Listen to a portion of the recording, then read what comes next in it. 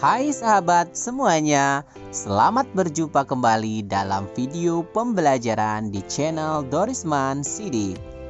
Sahabat, hari ini kita akan mempelajari materi yang berjudul Upaya Mempertahankan Kemerdekaan Indonesia.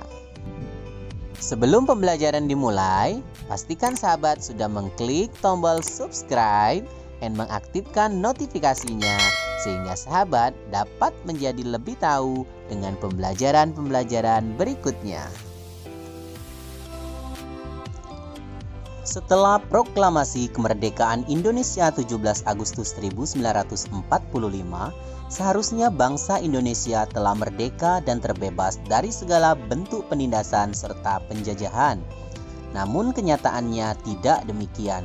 Bangsa Indonesia masih perlu berjuang mempertahankan kemerdekaan Indonesia.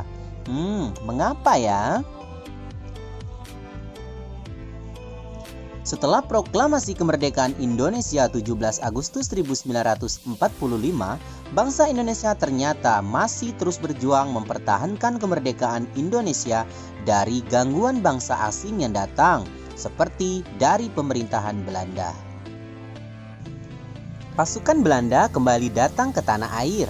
Kedatangan ini disambut dengan berbagai bentuk perlawanan oleh bangsa Indonesia. Sehingga sejak tahun 1945 sampai 1950 telah terjadi berbagai macam pertempuran di berbagai daerah antara pihak Indonesia dengan pihak Belanda yang dibantu oleh pasukan Inggris. Berikut ini adalah beberapa pertempuran yang dilakukan sebagai upaya mempertahankan kemerdekaan Indonesia. 1. Pertempuran Surabaya. 2. Pertempuran Medan Area.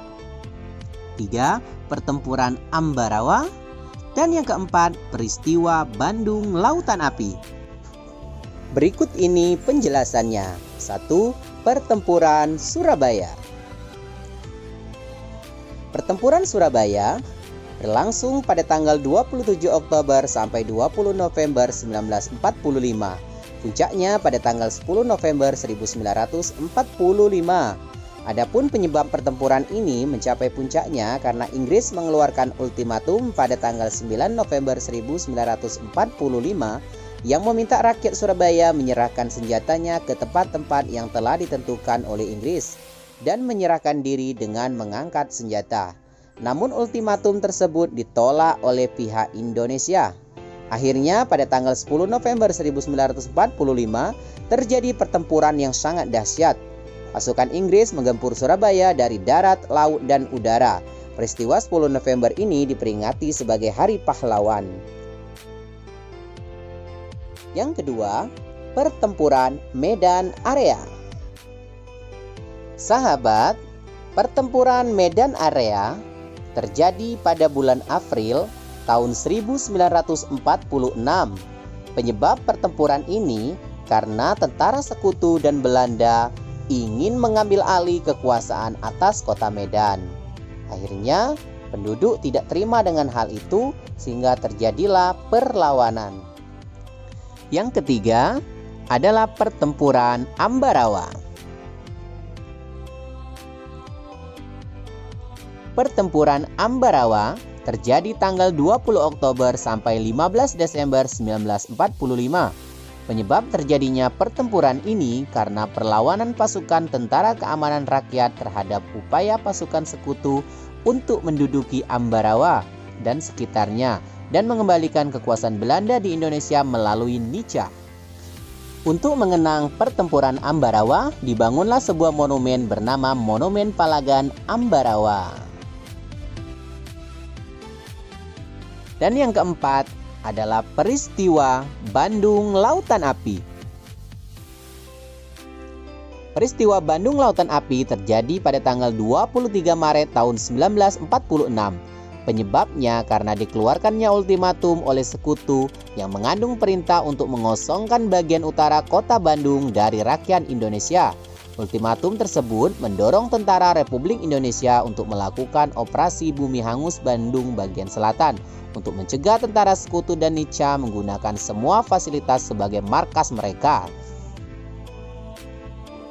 Tahukah sahabat, upaya mempertahankan kemerdekaan Indonesia tidak hanya dilakukan melalui pertempuran, namun juga dilakukan melalui jalur diplomasi, perjanjian, dan perundingan seperti Perjanjian Linggarjati, Perjanjian Renville, Perjanjian Rumroyen, dan Konferensi Meja Bundar.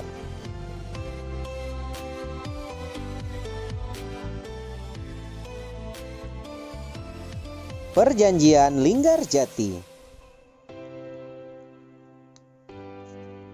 Perjanjian Linggarjati adalah perundingan antara Indonesia dan Belanda di Linggarjati, Jawa Barat, yang menghasilkan persetujuan mengenai status kemerdekaan Indonesia. Perjanjian tersebut ditandatangani secara sah oleh kedua negara pada 25 Maret 1947. Namun perjanjian tersebut tidak berjalan mulus, sehingga pada tanggal 21 Juli 1947 meletuslah agresi militer Belanda I. Perjanjian Renville. Perjanjian ini dilakukan antara Indonesia dan Belanda. Perjanjian ini ditandatangani pada tanggal 17 Januari 1948 di atas kapal perang Amerika Serikat USS Renville yang berlabuh di pelabuhan Tanjung Priuk, Jakarta. Perundingan dimulai pada tanggal 8 Desember 1947. Perundingan ini ditengahi oleh Komisi 3 negara, yaitu Amerika Serikat, Australia, dan Belgia. Delegasi Indonesia dipimpin oleh Amir Syarifuddin, sedangkan delegasi dari Belanda dipimpin oleh R. Abdul Qadir Widjoyo Atmojo.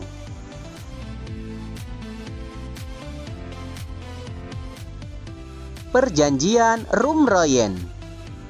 Perjanjian ini dimulai pada tanggal 14 April dan ditandatangani pada tanggal 7 Mei 1949 di Hotel Des Indes, Jakarta.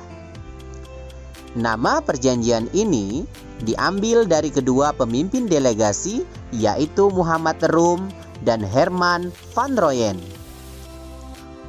Tujuan perjanjian ini adalah untuk menyelesaikan beberapa masalah mengenai kemerdekaan Indonesia sebelum Konferensi Meja Bundar di Den Haag.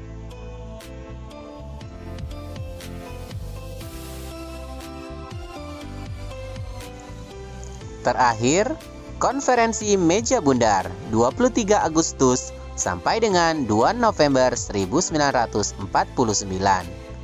Hasil dari Konferensi Meja Bundar adalah sebagai berikut. 1. Belanda mengakui Republik Indonesia Serikat sebagai negara merdeka dan berdaulat. 2. Status Irian Barat diselesaikan dalam waktu setahun sesudah pengakuan kedaulatan. 3. Akan dibentuk Uni Indonesia Belanda. 4. RIS mengembalikan hak milik Belanda dan memberikan hak konsesi dan izin baru untuk perusahaan-perusahaan Belanda. Dan yang kelima, pengambil alihan utang Hindia Belanda oleh Republik Indonesia Serikat.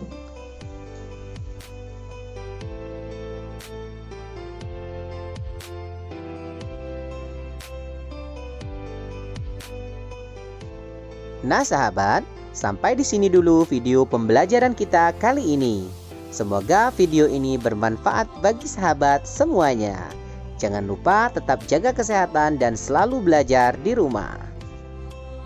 Oh ya sahabat, jangan lupa subscribe ya. Kemudian like, comment, and share video ini kepada teman-teman yang lainnya. Terima kasih sahabat. Dadah.